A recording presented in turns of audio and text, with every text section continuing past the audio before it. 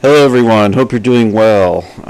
Today, I'm going to talk about the fourth entry in the Planet of the Apes series, which is Conquest of the Planet of the Apes. I have the box set right here.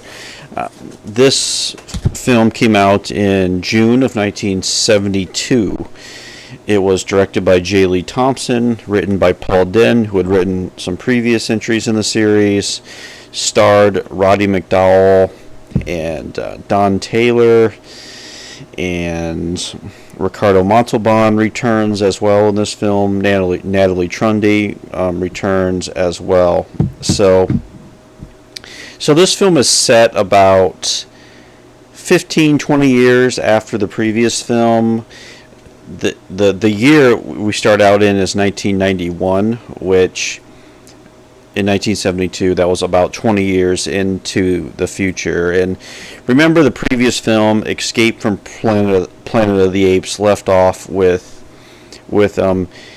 Caesar, with Cornelius and Zira meeting their demise at the end of the film. But Caesar, their child, has been taken in by Ricardo Montalban, who is works with circus animals. And now Caesar is grown up, also played by Roddy McDowall. And we learned that things have changed in this future. There's a sense that there's a police state that seems to have taken over. There's been a plague from space, wiped out all of the dogs, domesticated dogs. And there's like a statue of commemorating that.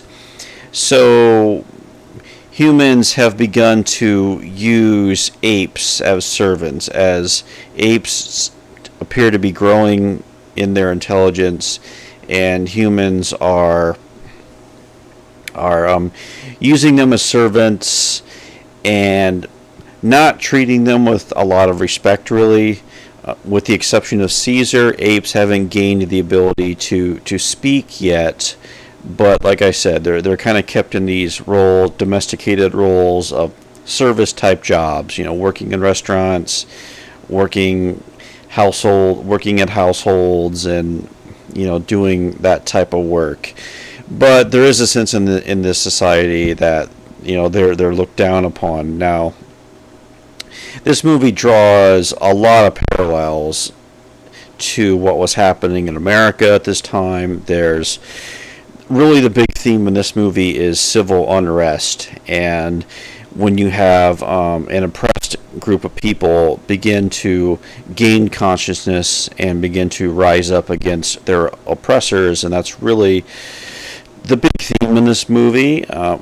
Whether there was, the various uprisings of the late 1960s, late 1960s, I think the Watts was definitely, the uprisings at Watts in the mid-60s were a big influence on this movie, but also that whole part of the late 60s going into the early 70s of civil unrest, of debates about how to properly resist oppression, different strategies, different approaches.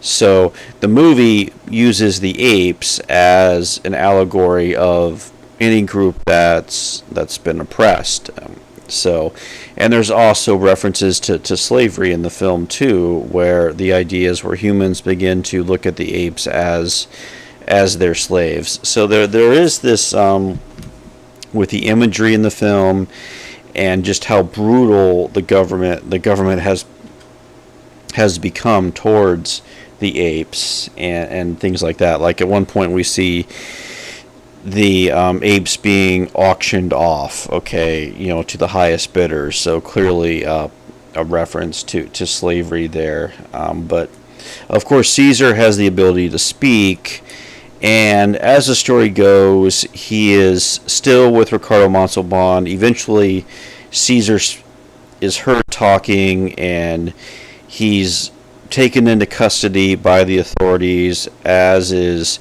Ricardo Montalban, who is killed in the film for covering up Caesar.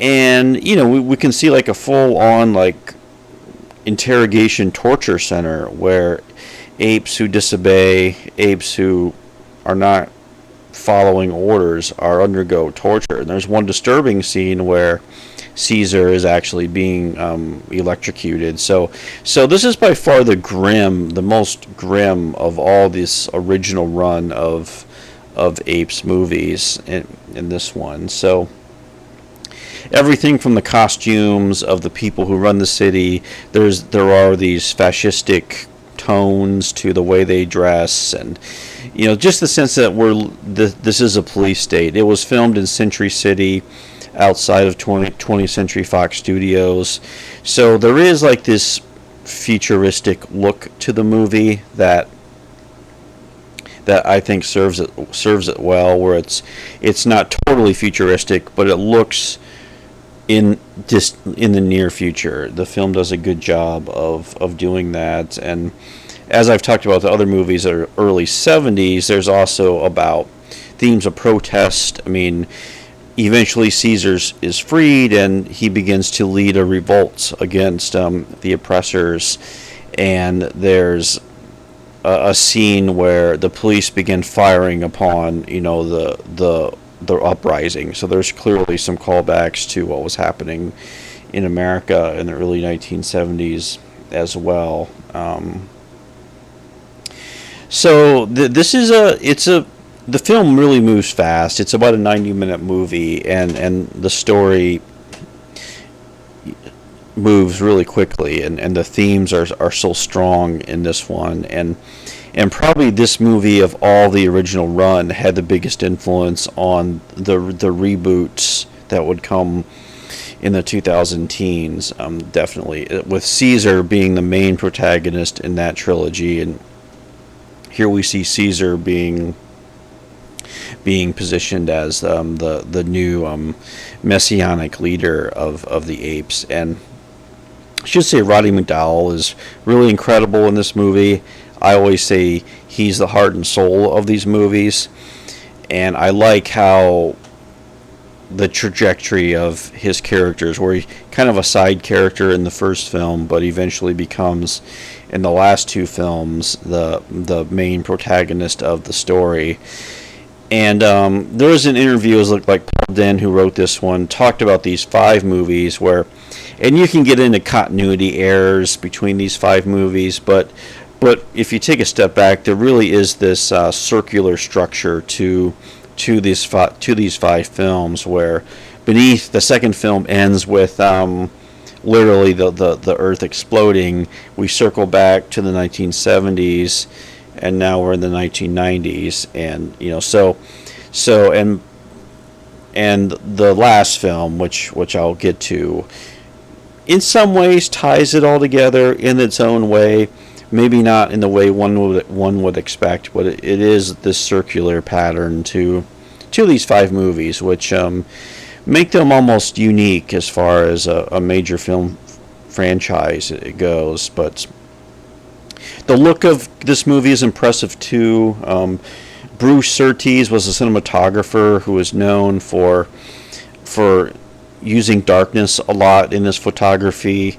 Gordon Willis, the other cinematographer, often associated with darkness with the Godfather movies, but Surtees did that as well here, and there's just the nighttime scenes feel very ominous and have a real sense of suspense and chaos to them, and they're really well done. And the scene where at the end Caesar is giving a speech and there's these blazing flames behind him, it's strong imagery that we get in this movie.